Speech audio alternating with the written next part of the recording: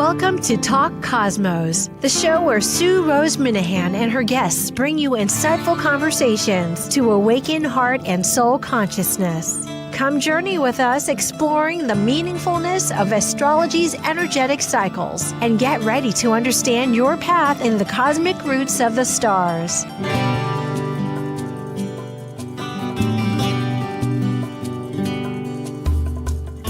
Hello, everybody. I'm Sue Minahan, Sue Rose Minahan, and this is Talk Cosmos on July 5th. Just after the United States has its big celebration, and other countries are certainly enjoying summer. We are in the throes of the sun in Cancer. But for this event, we are talking about Leo, Jupiter, that just entered Leo. And it's the planet of expansion. Growth makes everything it touches big. And we're entering that generous, creative world of Leo, which we'll talk a lot about. But just to give a little energy, it's also adding a lot to our air and fire already. But perhaps that's what, of course, Leo needed and wanted, so it could make things that it touched really get to us. I mean, we can understand how to work with it, but that's what we'll talk about here too. Ultimately, it's a joyful sign, and it's a good thing to try to emphasize on that. With no more said, we are now ready for our guest episode. Thank you. In the first week of the month, Talk Cosmos ignites a conversation exploring planet cycle relationships in a cosmos to understand their archetypal consciousness and meaningfulness for individuals and the collective. Blending world events, mythology, and philosophy, these are the astrologers identifying the deeper impact of the planet's buzzing in our daily lives. I'm Sue Rose Minahan, founder of Talk Cosmos since 2018. I'm an evolutionary astrologer, consultant, speaker, writer, vibrational astrology student, Dwarf Planet University graduate, Kepler Astrology Toastmasters Club charter member. I have a fine arts music degree plus a certificate in jazz. I'm an artist, musician, and certified color energy life coach. Especially, I love mythology and esoteric philosophies. Plus, a special guest who we will introduce in just a short moment. And as the ancient Hermetic code reveals, as below, so above. As above, so below. Hi, Kay. I think you're there. You're popping up. Hello. Yeah. Hi, Sue. Yeah, I'm so glad you joined us for this event because it's really a exciting thing. We're both evolutionary astrologers from our studies, so that it's going to be an interesting, as the nodes are changing, which we'll talk about, all the possibilities. Well, let me introduce you to people. Kay Taylor is very well known, actually, in the entire circles of astrology. She is her particular, although we'll center on her particular site, which is ktaylor.com. And she has a YouTube channel, which is Kay Taylor CA, since to differentiate her from other folks. And of course, she's associated as the president with OPA. That's the Organization for Professional Astrology.com. Her school is a Soul Path School. She is the visionary astrologer, the teacher. She's an international lecturer at conferences and a full-time international consultant. How the time gets coordinated is masterful. An author of Soul Pathway and chapters in several other books. Essential Astrology published just, I believe, do I have that right? 2027? That's when then that one will come out. But we're actually in the process right now of revising and expanding the Professional Astrologer book, and that will be republished in the next month or so. Excellent. So, in addition, Kay is the president of UAC this year, which is International Astrology Conference, United Astrology Conference. Yes. That's the largest conference in the world, usually held every 4 years. Yes, it's been 8. amazingly. But thank you for helping to navigate that along with Laura Nalbandian. It is huge. And last but not least, on the faculty and board of Kepler College, because Kay is in the process of implementing a new evolutionary astrology program that'll be fantastic, with all the other areas that Kepler College covers in so many different ways. So thank you, Kay, 100%. Yeah, thank you for inviting me to be on your show, Sue. Now, we both had slides, and some of these are from Kay's because she just gave a class in Jupiter and Leo with her school, Soul Path. And I love this slide. It so exemplifies, doesn't it? The Leon characteristic, the nobility, the pride, the joy. The royal quality. Mm-hmm. Yes, sovereignty. So that, depending on the world, it was 29 or the 30th, right at the full moon that we just experienced. But it is a 13-month. It's every year, which is actually stretches out because it goes into the next sign 13 months. And the pre-shadow will begin on September 16th. In the middle, about 17 degrees Leo. And then it actually doesn't go retrograde until December, just before Christmas, 12th and 13th. At the end of it, it's towards the end at 27 degrees Leo. And it continues until April. So that'll be a good 4 months after spring break or spring, equinox, back at 17 degrees Leo. And then we have a post-shadow end, period. So it really extends for a long time. That'll be up until July of next year, till it finally ends on July 26th, going into Virgo. But these areas are all about the growth and leadership. And I suppose here, just to have a conversation, to share that if in your chart, you might think, as we talk further, if you have a fixed sign, if your Jupiter is in Leo, you're having a return. What your nodes are, you might be having a nodal return, or a reverse if they're swapped, like North Node Leo instead of North Node Aquarius. And if you're in the fire signs, there's so many ways to look at it, whether it's activating or flowing, And we didn't even touch, did we, on Pluto, Kay? No, we haven't touched on Pluto yet. No, but Pluto is always there.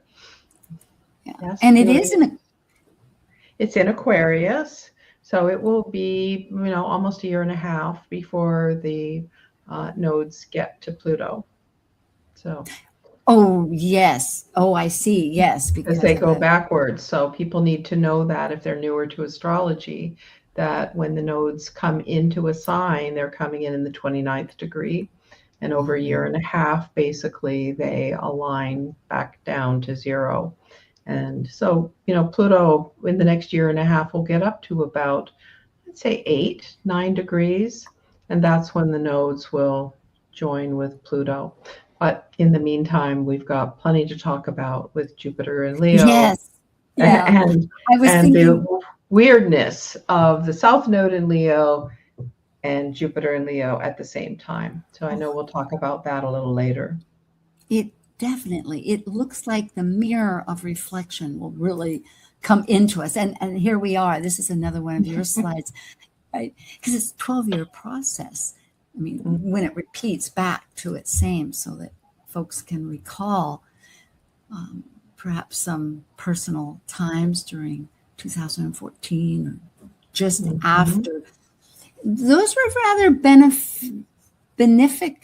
I hate to say that word in a sense because I don't see things black and white, benefic or elsewise, but it expands because that was just before Uranus and Neptune squared.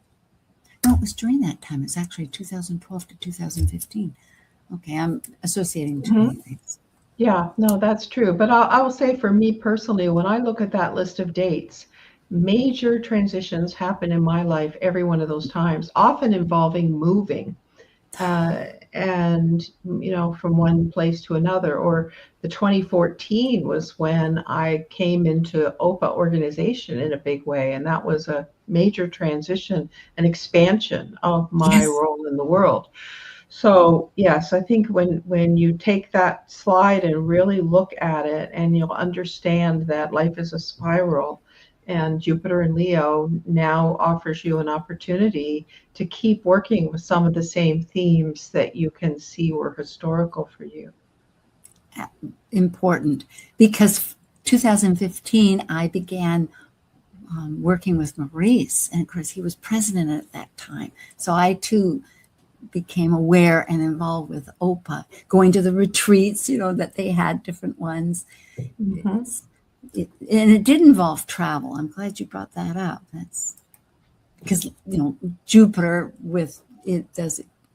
It's going beyond into the visions of the sky, the broadness, the bigness of it. Leo, this is another one of your slides, and evolutionary wise, there are different ways that we manifest things, and it's the whole transition of development from realizing the higher ways of expressing an energy to perhaps what we don't see because it's still in the shadow part. Yeah, let me take a step back for a moment here and say that, when we're looking at something like a planet like Jupiter going into a new sign, that we can start with looking at what the planet's functions are. And as you mentioned, Jupiter expands what it touches. And normally in traditional astrology, that's considered benefic or beneficial or positive. But if Jupiter is expanding your Pluto-Saturn square, that's not necessarily going to feel very easy. There will be growth and philosophical advantage or improvement that probably comes from those more difficult experiences. And then when you look at the sign that it's in, you have an understanding of the way in which Jupiter is operating, and in your own personal chart where it's touching in, and the area of life that you're now being offered opportunities. Because one of the most important things about Jupiter and whatever sign it's in is that it brings opportunities. And you'll see from the slide that you showed a moment ago, Sue, that it's going zipping up when it goes into that retrograde at the end of the year. It has gone almost through the whole sign of Leo. And what that tells us is that when Jupiter offers us an opportunity, if you take a look at it in your ephemeris, you'll see that maybe it's on a degree point for a week, 2 weeks, 3 weeks. And it's not like Pluto. Pluto keeps steamrolling over you until you get the lesson. Jupiter doesn't care if you get the abundance or the expansion or the gift that it's bringing. It's like, here's a gift. Whoops, you missed it. Oh, here's another gift. Oh, you didn't move fast enough. You need to have a sense of yourself and what you wish for, what you want, how you want to expand yourself. That you stop underestimating yourself and playing small. And also Jupiter can be a little grandiose. It can go too much. So now you take Jupiter that has this tendency to either be grand and optimistic and hopeful, or, small and hopeless and not necessarily taking you to your true beliefs. You put in a sign like Leo that, as you see, these qualities can be powerful and creative and loyal, royal, or can be shadowy, can be narcissistic and shameful and painful. So there's a whole range of the sign of Leo that we have choice in how we operate. And for each one of us, being mindful of what these qualities are and focusing on being in our creative power will help us get the best of this transit. Yes, it is very true, because that generosity and love, which Leo exemplifies, is really, how far does that love go? Is it really going to the other person when they're in pain or whatever? It's a constant growth process. Yes.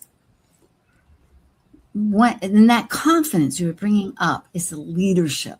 I really think it's a great opportunity for us to realize that we have to take, and along with Chiron, which will show also having that self-worth, because they're in a square. The actual chart right now is activating that between Chiron that just went into Taurus and then Jupiter with Leo. So it's asking us to take stock and be bolder, without too much bravado, perhaps. I mean, it's a learning experience.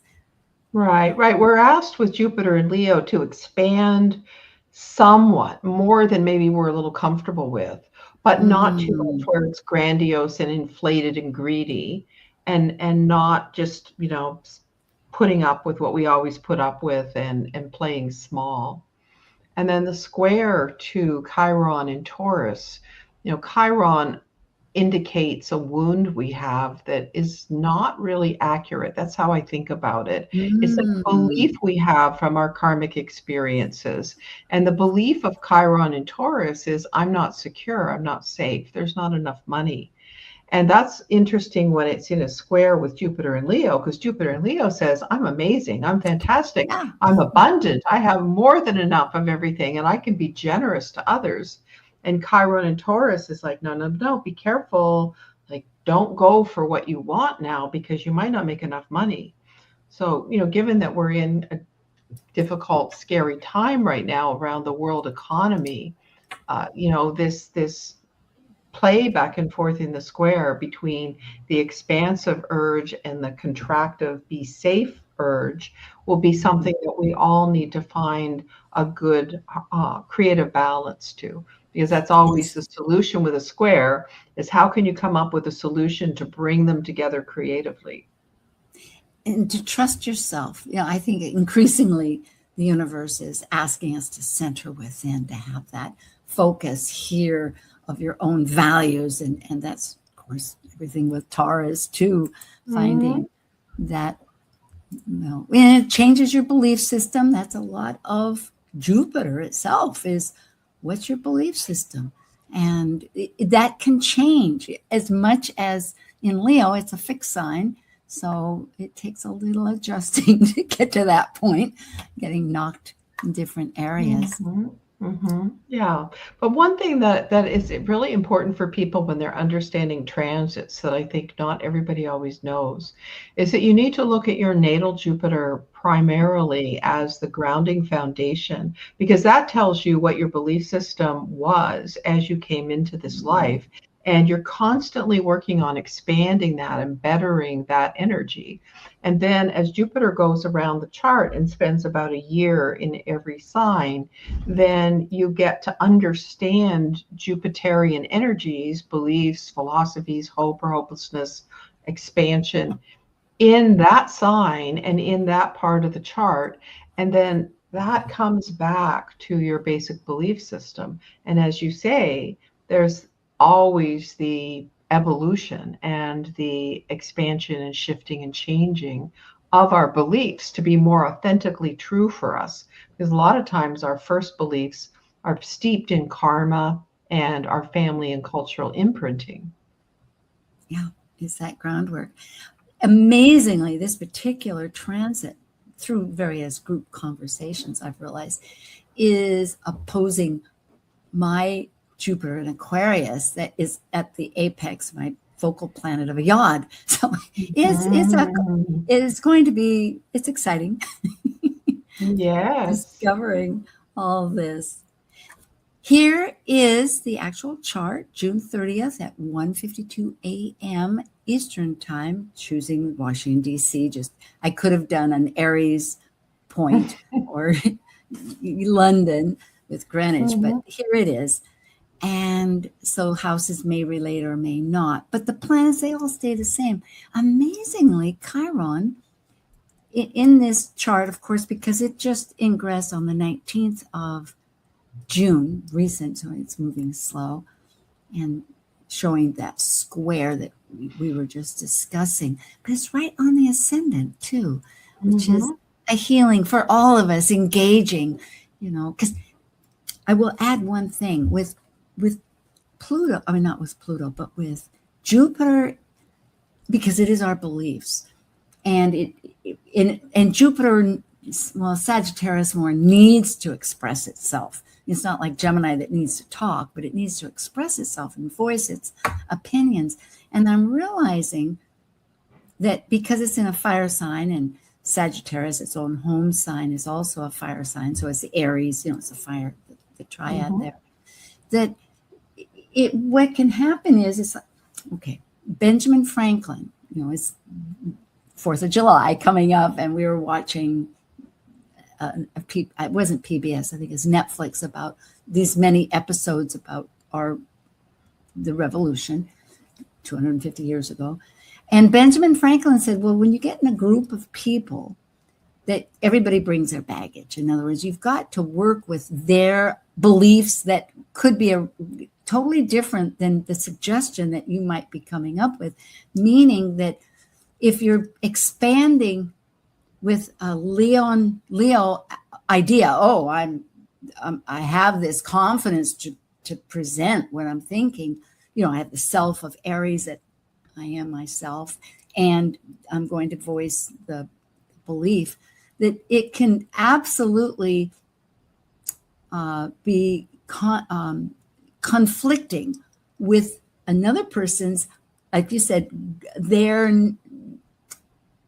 assumed or sense of beliefs, without understanding that Sagittarius way, right, of grasping your points, that maybe would be different than what they just are working with.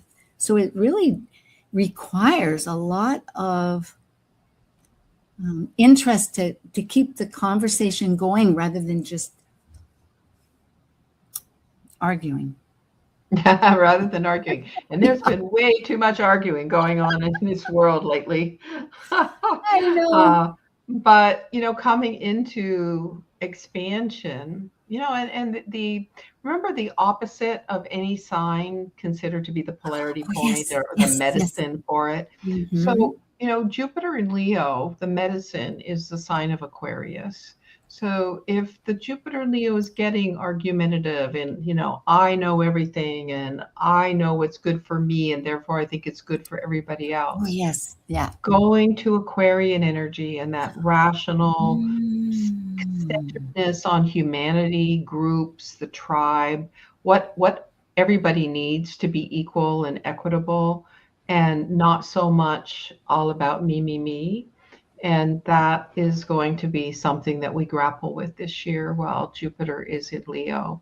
It's like, are we living with, a few trillionaires running everything? What do the people need? How can we find healing and balance in these, really challenging times? Yeah, it's excellent. I love that. Realizing that the whole, it's strong until it overpowering, and it needs that complementary perspective, which Jupiter really, thankfully, will accept, the new perspective. Before I jump to the next slide, I just wanted to point out, for those that may be that the nodes right now, as they're beginning to go into the next later in the month, which will be Leo and Aquarius, are at 0 degrees, exactly what we were talking about. We have some time here to go into what is being spoken of throughout the entire astrological community, what André Barbault, a French Barbault. Yeah, thank you. Right pronunciation. Barbault brought to general attention, and I think various of us have noticed as we've gone forward because we've had this mini grand trine between the outer planets, which is very exceptional. And then lo and behold, on the 19th to the 22nd, not only will those outer planets, but the moon and Jupiter are going to be all in this tremendous basket, as he called it, or cradle of and with the moon, it'll be which I'll show you, a grand trine. But it's so dynamic. And I was thinking, Jupiter is really the linchpin, or the signal jump setting. Yes. Yeah, because we've got the outer planets in the trine sextile for years, actually, slowly moving. Last year they were around 1-2 degrees, and now they've been already in 3 to 4 degree range. And as the years go up, they're moving up together. But here, what I call the July extravaganza, I like we have Jupiter, as you say, is kind of, it adds a very strong expansive quality to it. It adds a corner on the mystic rectangle, which is the Jupiter to the moon and Pluto and Neptune. And the moon, the moon sets things off. And you got a long-term transit. You don't have the results of it every single day over and over. But what will happen is when you get something like this, where Jupiter opens up the energy and the moon comes in and lights it up, and that's where you get action and activity. And what I would say is that even though there are some astrologers who are imagining that this could be a very, difficult experience. That's not what Andre Barbeau thought. He thought that this was sort of the beginning of a renaissance, but it always comes down to our choice. And basically what I would say about this alignment of planets is that if we work together, if enough of us come together and create a critical mass that want transformation and healing and people coming together, then all of these planets working together have a tremendous amount of power to suddenly shift things in a new direction that we might have thought was impossible before. Yeah. So it's amazing. I love the idea of focusing on the possibilities, because I'm just thinking to myself, you take any egg situation, you put one and one together and boink, it's exponential. It defies the logic. It's like the old ads on TV. But the point being, with Jupiter expanding these outer planets with Uranus, of sudden activity of the moment, of Neptune, of breaking all the barriers of the unknown, and Pluto with the cathartic, or the composting of soil, or to get to the light, to find out what treasures are, the uncovering things. It defies logic. I think that's what I'm trying to say, that yes, change is, we always like to be in control. And I think when people have changes coming at them, it takes a little more time to adjust to it. Because somewhere in your chart, you have something that is set. We're not all flexible, and we're not all cardinal either. Mm-hmm. Right. And what I would say to everybody who's thinking about their own chart right now, any planet or angle that you have at 4 degrees, or even 2 to 6, is going to be very affected by this. And it doesn't even almost matter whether it's a so-called soft or easy aspect or a hard aspect, because these outer planets have powerful effect even in the soft aspects. But understanding what is being asked of you, what are you asked to open up to come more into your spiritual path, to wake up, to be authentic and free. Pluto, to go deep, to see what your unconscious motivations are and flip the script and transform into a more powerful way of working. Take the benefits and the opportunities of Jupiter. The other thing that's interesting about this chart is that Saturn has moved on. Remember, we had Saturn, Jupiter, Saturn, Neptune align in February. Saturn has moved to 14 degrees, and it's in an exact sextile with Mars at 14 at this time. And Saturn and Mars build life out, build the structure, and Mars makes it happen fast. So Mars goes fast and asserts our will and desire, and Saturn builds heaven to earth. So that's also, even though it's not part of the 4-degree aspect, for those two to be in a flowing sextile and being able to work together is another indication of how we can experience change in our individual lives and then reflect it out into the world as well. Beautiful. We will take a little short getaway. Folks, just come right back because I have Kay Taylor here with me, and we're talking about this possibilities ahead of us that we're all engaged in. Jupiter and Leo. Thank you.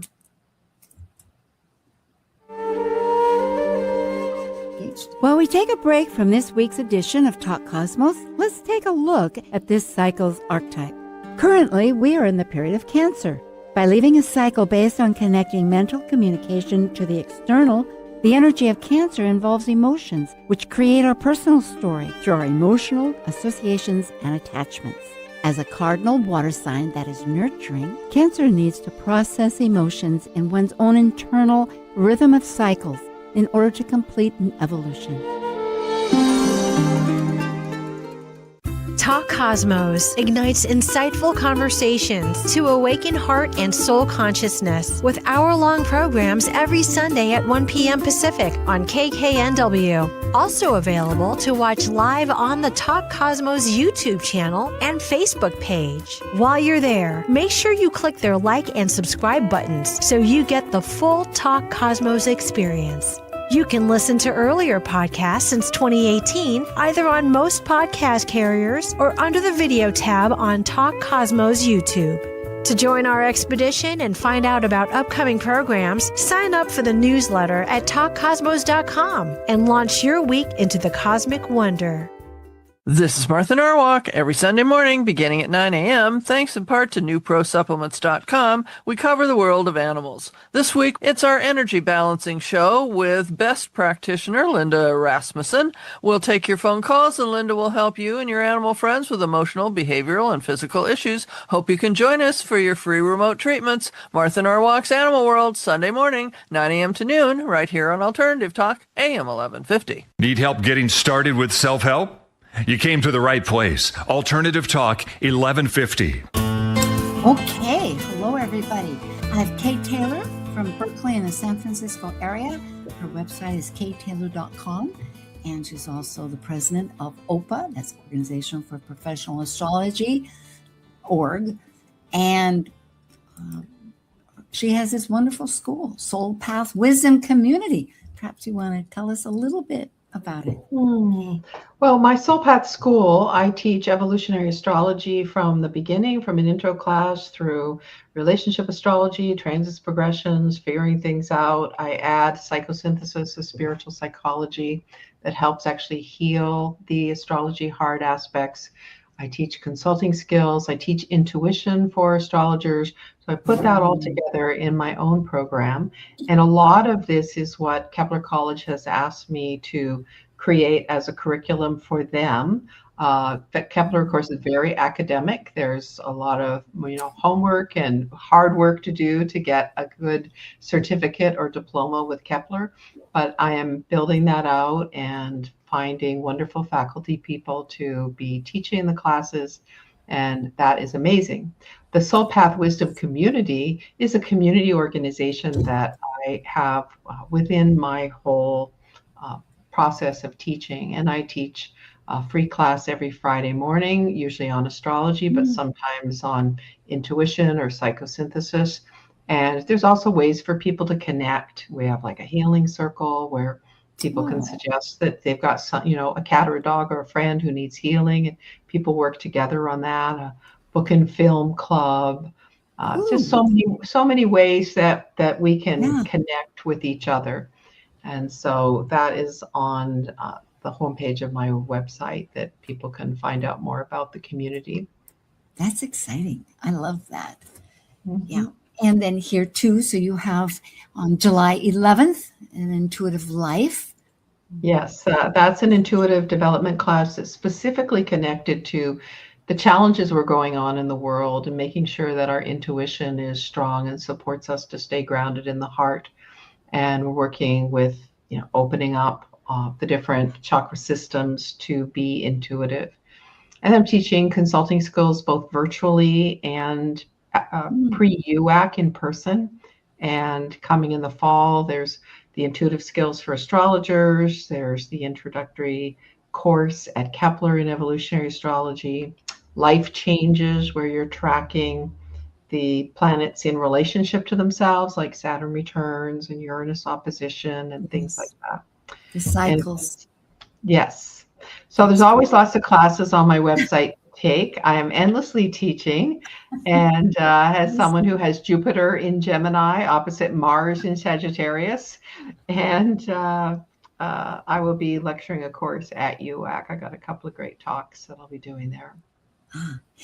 They really feed each other, the Mercury and Jupiter. It's like learning a little bit more information, expanding and changing your beliefs, and teaching. It's really beautiful.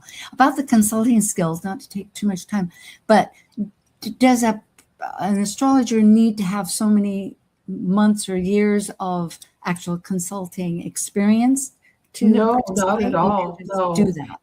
No, with the OPA peer groups, we ask that people have that's 6 right. months of paid consulting experience.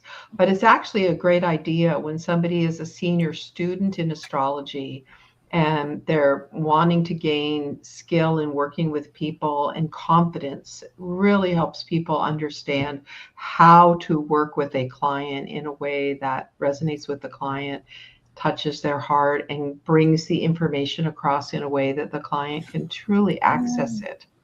Yes. Yeah. And people who have been astrologers for 30 years have said, wow, it's great. I wish I had known this 30 years ago.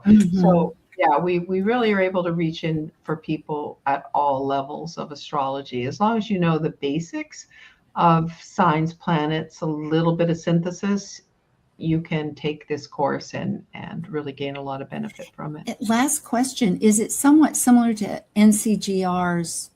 I think it was NCGR's, or was it ESAR? ESAR. ESAR has ESAR has a consulting skills program. And and I was a consulting skills trainer for ESAR originally, and they gracefully gave me their curriculum to use as a base. But we added a lot more in our program around working with the unconscious bias of the astrologer, actually doing some healing work to understand how we might have unconscious patterns, and a lot more about cultural and diversity issues. So, but yeah, ESAR does have an excellent consulting skills program also. Well, thank you for that differentiation, because it is, I like the very good. For myself, Talk Cosmos, next week I'll be talking by myself since Amanda's away, and I'm going to bring in some more about the moon mythology, just be more of an expansive conversation besides the new and the full. And then on the 19th, I was glad to get Rick Levine. For the first time, I can really talk to him on a one-to-one and just tease his thoughts and brains on this basket that's happening, that wants to actually on the day. That's amazing. I know. Yeah, it is. And the past, there's various things that you can always find on the website. Everything from my Astro Jam mystery charts to another show I did by myself about time travel with Saturn Septune. Boy, get my tongue back in there. 6,000 years cycle. But on to now. We have the lunar nodes that are shifting on the 26th. This is after the basket, although it's still in effect. You can see it right here with the stars. And it is an impactful plug into our consciousness again, because it has a lot of patterns that are wanting to speak into our hearts and minds, with the moon that's trying to adjust to this Jupiter that's expanding our things. It always takes time to have our emotions catch up with stuff. And then, yeah. And people need to understand, I think, with the lunar nodes, when they change signs, they bring kind of a new agenda to us. And it happens about every year and a half. And the lunar nodes relate to eclipses. Eclipses happen near the nodes. And We talk about being eclipsed into something, or something changes radically and somewhat unexpectedly around eclipses. And it is generally for our best growth and evolution, although sometimes events are pretty strong and we're not ready for them. But the overall is that the transiting north node is where we're meant to focus our energies and develop, and the transiting south node is where we need to maybe let go of any shadow patterns there. So we've been in Pisces and Virgo for a year and a half, since the beginning of 2025. And that's been asking us to surrender and trust and come more fully into our spiritual and intuitive energy, into creativity, and letting go of Virgo shadow, which that tends to be worry and analysis and overthinking everything. And now for the nodes to move into Aquarius and Leo, we get a whole nother level, more of an intellectual level with Aquarius, of letting go and coming into authenticity, letting go of the ego drives and the image drives of Leo, I think is going to be a big part of this. And it is a little bit of a conflict that Jupiter is saying expand Leo, and the South Node is saying let go of Leo. But if you remember that we're being asked to expand the higher quality of Yes, Leo, and let go of the lower qualities of Leo, then there's no friction there. that's true. And often life presents a situation that we're in conflict about, and in reflecting, how did that happen, or what is something that I personally can change, because that's really the only place you can change. You can recognize that maybe your thinking was more about the approval that you needed, rather than seeking that approval within, instead of demanding that you get this recognition, because it is subtle. We tend to not really see where we can run into trouble on some of these. Yeah, that's a really good way of framing it, Sue. Like approval, like wanting approval from other people. That is connected into the ego image needs. But it's like that's very personal when we realize, am I willing to live my life freely and authentically, Aquarius, and do what I'm here to do what I'm here to do that relates to the Aquarian part of my chart.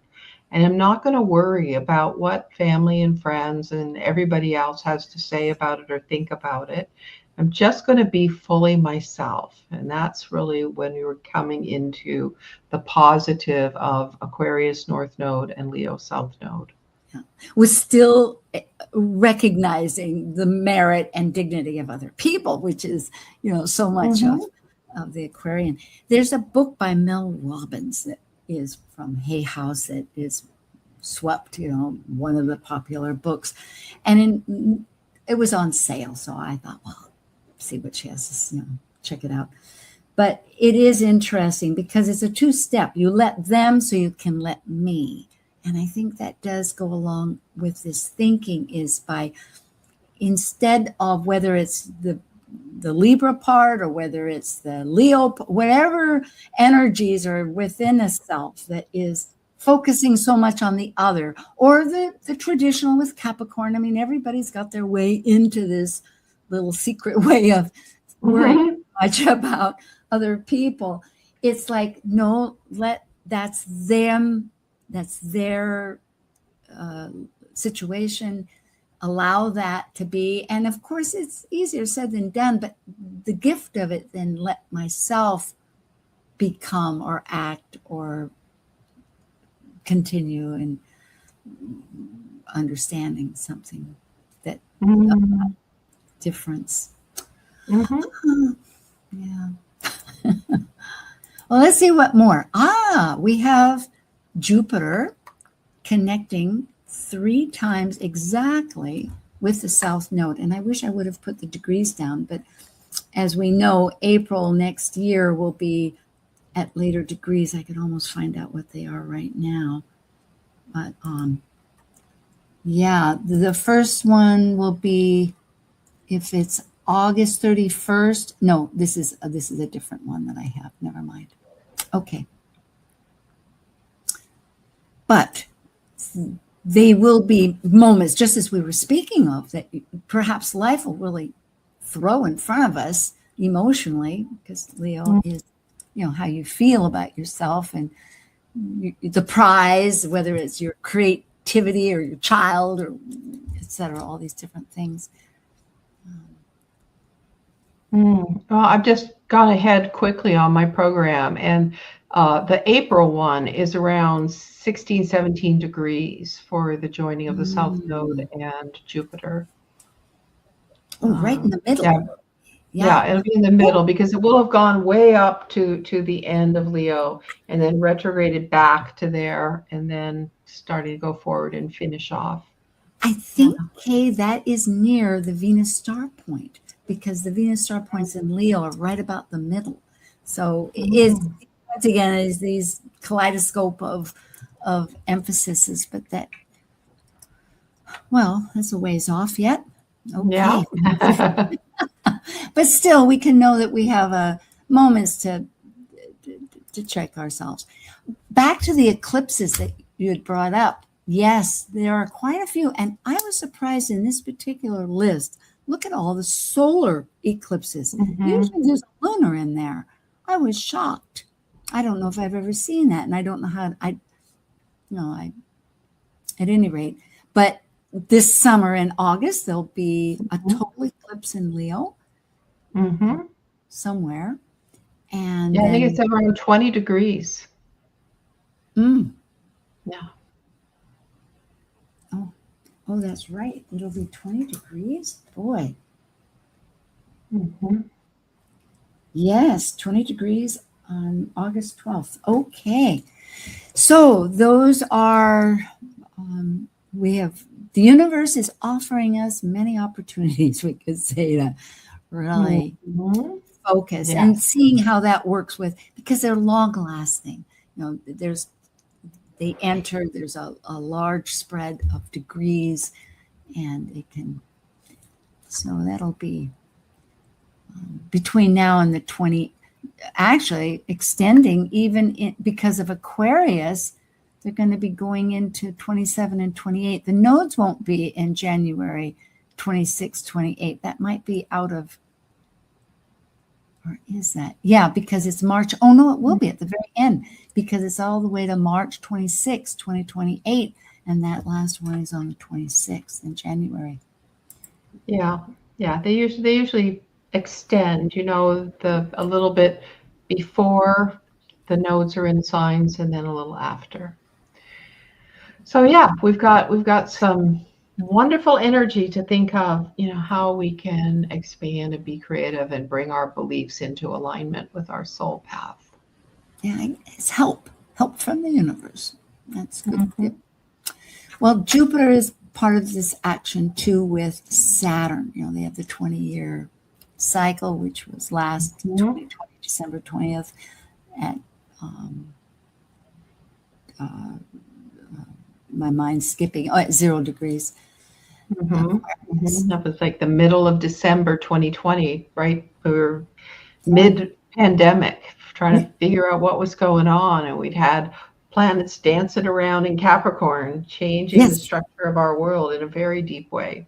So yes, now I believe, right, they're coming into a trine. Is that Jupiter and Saturn in a trine, where the initiation, that launch of Aquarian energy, now from fire signs, they are working together. They're bringing about harmony, and many of the changes that may be birthed in your life or life of people around you. It's a good time to take stock. It's true. It's not just ourselves. It's so important to remember other people. But in addition, Pluto and Uranus are also having a natural trine.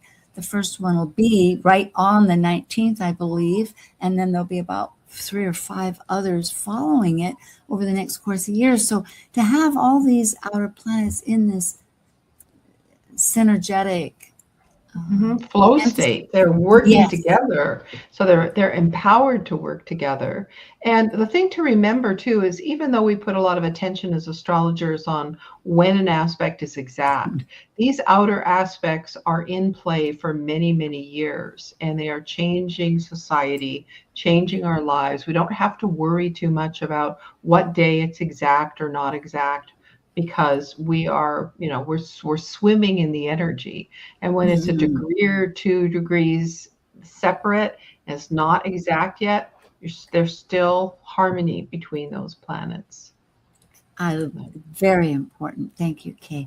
It's just Mhm. like a plant, the roots take time to build, and it takes time for the leaves to perhaps evolve, and then the flower, and then the seed of it. There's a whole process.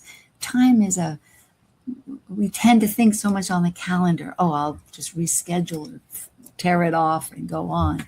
But it's very important. Yeah. One of the things for people to know about is Richard Tarnas, in his 2 huge books where he traced the philosophy of the world Oh, yeah. from Socrates and Plato to current times, and then the second book, Cosmos and Psyche, all the astrology. He found that planets, outer planets in aspect with a huge wide orb, I think it was even like 15 degrees, even out of Mm. sign, you could trace it to the major changes going on in society when they were traveling more or less together or more or less creating. So, for instance, with the Pluto Uranus squares, where there were 7 exact squares between 2012 and 2015, he believed that that testing point was actually 2008 to 2020. Oh, I like it. Yes. Yeah. Amazingly, that's when Pluto was in Capricorn. So you Yeah. think of that whole spread of time. Mhm. Yeah, and vibrational astrology, which I am working on studying with Linda Barry, who works with David Cochran. He does orbs in proportion, but the conjunction is 16.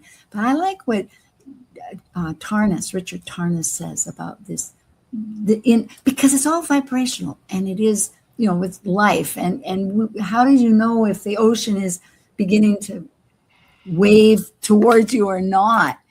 Yeah. Mhm. Well, Kay, this is one of your slides, and we're ending with, we made it through all this stuff, but still, where is it in a person's chart? It's something, again, you've been bringing up so much, thankfully, for people to consider, because Leo is personal. It's one of the personal Mhm. planets. Well, not planets, but signs. It's a personal sign, but even if it's not a personal sign, when a planet is doing something in the sky and all the astrologers are talking about it, and what will happen, what will happen. The most important thing for you to do is to see where it is in your chart. What house? Are there planets there or angles there? What's it going to touch? And looking ahead and seeing what is ideally meant to happen, and starting to think about that and put your plans into motion. And especially with Jupiter, to take advantage of the opportunities that you might have in that area of your chart. So be, be proactive, co-creative, Oh, not just sitting around and waiting for something to happen, because Jupiter won't bring opportunities to you unless you have preparation, right? They say, luck has to do with being prepared and being there at the right moment. I've heard many times, and I love this, I'm thinking about it, that the universe loves action. And when I think of just the fact of the evolution, if we go back to Darwin, that simply means that something began to change. So it was an action. So yes, it could be a tiny little thing, but it's true. For me, I have Pluto in the 11th, and it's in Leo. So I've been, at this time in life, I'm looking forward to changes. So yes, even with the unknown, I think that it'll be embraced, and your words of taking action, is very important. I hope people feel that, because that's where you can trust yourself and you have the empowerment. That's where you can make change, is with oneself. Yeah. Yeah. So I hope everybody feels encouraged. Yes. The heart core. Oh, like, yes, Leo the sun. And you know what? Every day the sun is moving. So we have that to anchor into and shine out. Thank you, Kay Taylor. And yeah, so I guess we'll tell everybody summer has begun. Your days have more hours, at least in the Northern Hemisphere. And hope you go to UAC or enjoy life however it meets you. Thank you. Thank you for joining this vibrant and insightful conversation on Talk Cosmos, the show where Sue Rose Minahan and her guests awaken consciousness by connecting heart and soul consciousness patterns with astrology's energetic cycles. Be sure to tune in next week, same time, same place, to continue your journey through the roots of the cosmic pathway.